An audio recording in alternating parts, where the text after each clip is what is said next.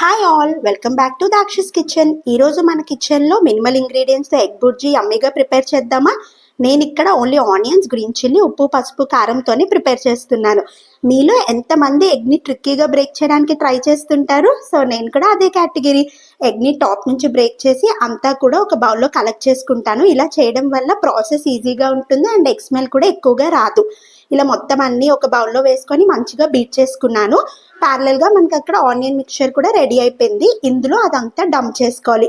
గుర్తుపెట్టుకోండి, కంప్లీట్ లో ఫ్లేమ్లోనే కుక్ చేయండి. వన్స్ ఎగ్ డంప్ చేసిన తర్వాత హై ఫ్లేమ్ పెట్టద్దు, త్వరగా రబ్బరీ అయిపోతుంది అండ్ లోపల కుక్ అవ్వదు, ఎగ్ స్మెల్ కూడా వస్తుంది. లిడ్ పెట్టుకుంటూ క్లోజ్ చేసుకుంటూ కుక్ చేసుకోండి. కొద్దిగా మాయిస్ట్గా ఉంచినప్పుడే దించేసేయండి, బాగుంటుంది టేస్ట్ అండ్ ఎగ్ స్మెల్ కూడా ఎక్కువగా రాదు. ఇప్పుడు ప్లేటింగ్ చేసుకోవడమే. మీరు ఏది ప్రిఫర్ చేస్తారు? Egg bhurji with chapati or egg bhurji with rice? I vote for egg bhurji with chapati. What do you vote for?